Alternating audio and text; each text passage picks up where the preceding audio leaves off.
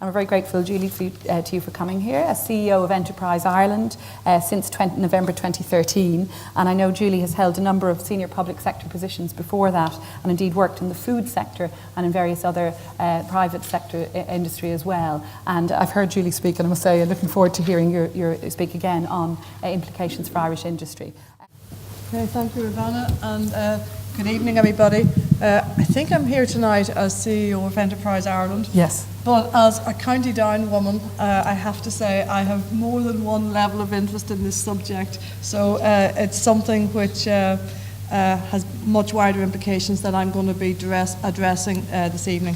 For most of you will be familiar with who Enterprise Ireland are, but effectively for anybody who isn't familiar with us, we're a government agency working to develop Irish-owned business.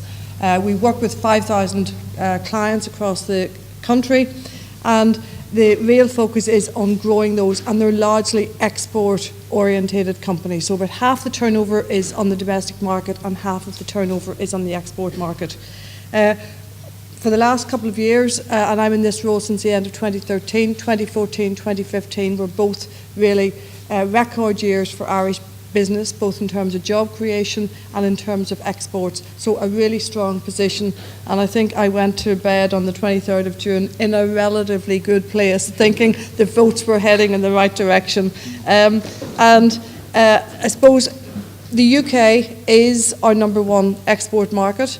It accounts for currently 37% of the exports from Irish companies, and that's something which it increased by 12% in 2015.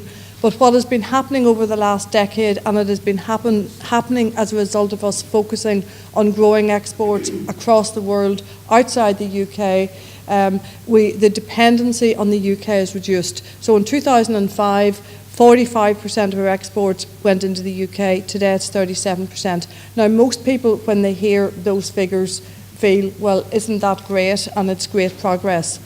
The bottom line is, though, what hides or is behind those figures is a very different picture sector by sector. So while it's 37% in total, what is happening in many sectors, and it's particularly the sectors which are job intensive and regionally intensive, those sectors are particularly strong in the UK. So things like construction, food, 40% of our food exports go into the UK market. Timber, engineering. So we have sectors where it's 70, 80, 90 and 100% of exports going into the UK market.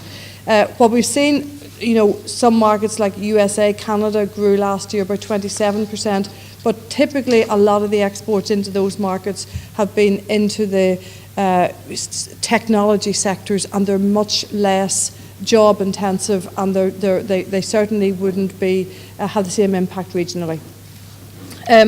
So while we say that some of those sectors, agri-machinery is another one, big sectors into the UK market.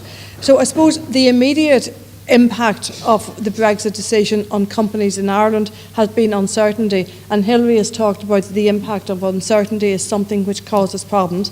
Obviously exchange rate volatility, and we have seen exchange rates gone up above that 90 cent region, which is really damaging for Irish companies. At the current rate, it's fine.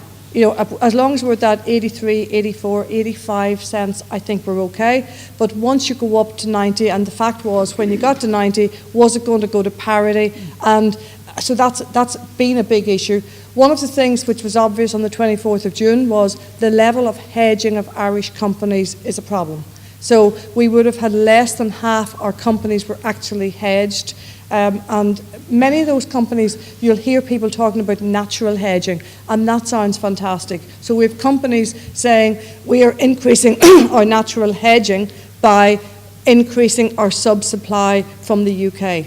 And that is actually, and what we're finding is, in the short term we haven't lost jobs. We've just completed our employment survey for 2016. The results of it will be out at the beginning of January, and we are not finding jobs hemorrhaging at this stage. But many of the companies which are currently talking to us, they're saying we are looking at hedging from outside Ireland, and that will actually cause jobs to be lost in that trickle down across the economy.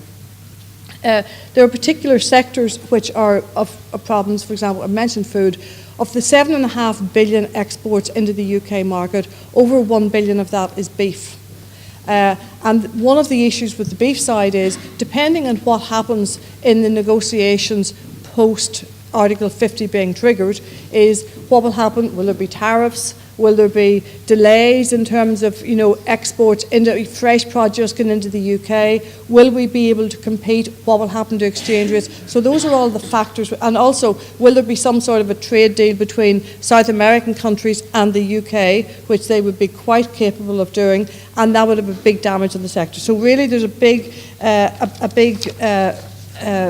it's sector by sector. There's no such thing as saying this is the way it impacts on Irish enterprise. The only way we can operate is by looking at every company. We have 5,000 companies. There are 1,500 of those companies that are exporting into the UK, and there are 600 of those companies employing 40,000 people for more than 20%. So it's anywhere between 20 and 100% of exports go into the UK market, and those are the companies which we would be working very closely with, if either on diversification, and that is to continue to decrease our dependency on the UK market, which is difficult in some sectors, but that is the key focus. If you're going to remain in the UK market, you can only do that if you're getting a price dependent on the exchange rates.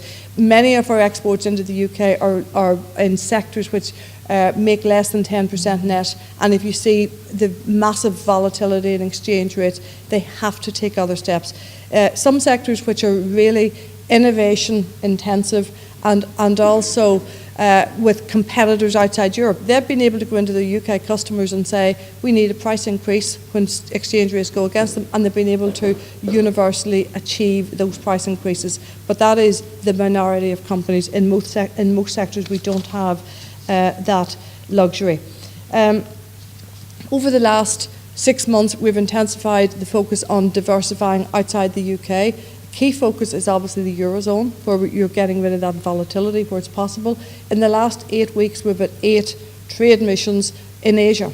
And again, that is sector by sector, things like financial services, things like agri-tech, things like food in terms of infant milk formula, etc. Those are all sectors where there is really strong opportunity, and we can develop export into areas like Asia, Europe, the States, Canada, wherever it might be. Actually, there are specific issues which are stopping us going into the Eurozone. Language skills.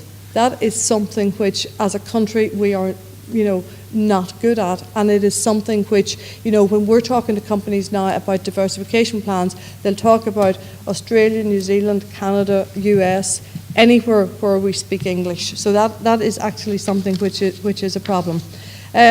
Just in terms of the whole competitiveness agenda, and we probably come out of the 2008-9 downturn in a much leaner way than we have been at any stage in the history of Irish enterprise. The downside of that is we don't have those easy pickings to take in terms of going back into a second downturn. So we really don't have it. So really, from an Enterprise Ireland perspective, what we are talking about doing is working on the innovation and competitiveness agenda for the UK intensive companies, and really expanding that global footprint for the companies outside of that. But it's down to every company and working intensively with those. So I'm probably going to leave it at that, and we can take questions and answers later.